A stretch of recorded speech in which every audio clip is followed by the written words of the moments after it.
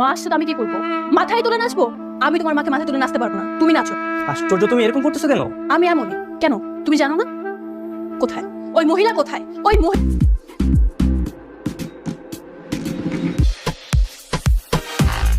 কি হইল? এই বলো যে তোমার শ্বশুরি বলছে বন্ধ করতে। আপনি এখানে কেন? কিছু বলবেন?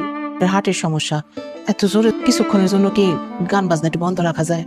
মা, বছরে একটা দিন আমি আমার বার্থডে সেলিব্রেট করি, তাতে আপনাদের এত সমস্যা?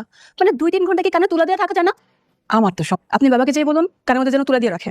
আমি এই সব ঝামেলার জন্য আমার বার্থডে সেলিব্রেট আমি পিছিয়ে যেতে দেবো না।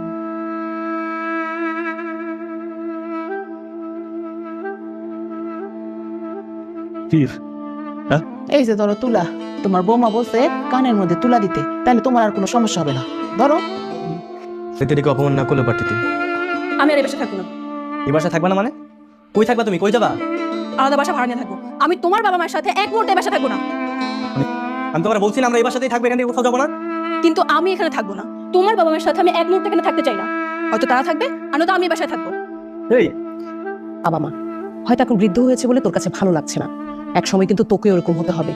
সময় কিন্তু কারোর জন্য থেমে থাকে না, মনে রাখিস। দুপুরে গরু মাংস খেয়ে একদম নাক টেনে ঘুমাচ্ছ, ঢেকে তো তোলা যাচ্ছে না।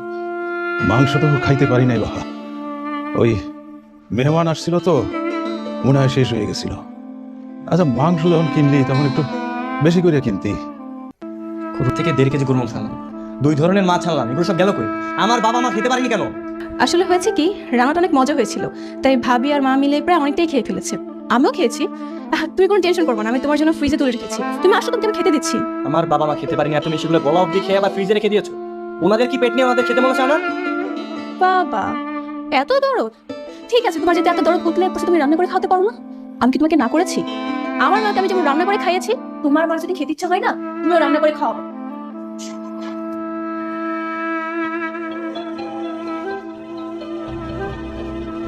মা আসছে। মা আসছে তো আমি কি করবো? মাথায় তুলে নাচবো? আমি তোমার মাকে মাথায় তুলে নাচতে পারবো না, তুমি নাচো। আশ্চর্য, তুমি এরকম করতেছো কেন? আমি এমনই। কেন তুমি জানো না?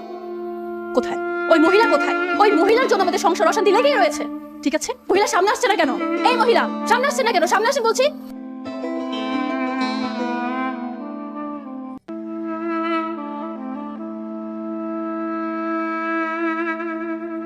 তুমি এখানে? ছি নীলা, তুই তোর শ্বশুর শাশুড়ির সাথে এভাবে ব্যবহার করিস? তাদেরকে তুই বৃদ্ধাশ্রমে রেখে আসলি? কিন্তু মা, তুমি এত রাত্রে এই বাসায়? আসলাম, তোর ভাবি আমার সাথে খারাপ ব্যবহার করছে, আমাকে বাসা থেকে বের করে দিয়েছে। আমি আর সহ্য করতে পারছিলাম না। কি বলছো মা? ভাবি তোমাকে বাসা থেকে বের করে দিয়েছে মানে? ভাইয়া শুনেনি? আর অন্য একটা মেয়ে এসে তোমাকে বাড়ি থেকে বের করে দেয় কি করে মা? যেভাবে তুই তোর শ্বশুর শাশুড়িকে বের করে দিয়েছিস, সেভাবেই ও আমাকে বাসা থেকে বের করে দিয়েছে। তুমি এভাবে চলে আসলে কেন? হ্যাঁ এসেছি, আমার ভুল হয়েছে। যেখানে আমার মেয়ে এরকম, সেখানে আমার আশা একদম ঠিক হয়নি। আমি আর এক মুহূর্ত এখানে থাকবো না, আমি আমার বাসায় ফিরে যাচ্ছি। দাও বাবা। মামা আমি এত রাতে আমার বাড়িতে চিৎকার চেঁচামেচি কেন? কি হয়েছে? ভাবি তুমি নাকি মাকে বাসা থেকে বের করে দিয়েছো? তোমার একটু ভুল আছে। আমি মাকে বাসা থেকে বের করে দিইনি। আমি মাকে বলেছিলাম যে আপনাকে ভালো একটা বৃদ্ধাশ্রমে দিয়ে আসি। মা তাতে রাজি হয়নি। পরে আমি বলেছি আপনার যেখানে খুশি যেতে পারেন, ব্যাস। ভাবি ভাইয়া বিদেশে থাকে, তার মানে এই না যে তোমার যা ইচ্ছা তুমি তাই করবে। আরে বাড়ি তো ভাইয়ার, তুমি মাকে তাই দেওয়ার কি? তোমার স্বামীর বাসা থেকে তার বাবা মাকে বের করে দিতে পারো, তাহলে আমি আমার স্বামীর বাসা থেকে তার মাকে বের করে দিলে সমস্যাটা কোথায়?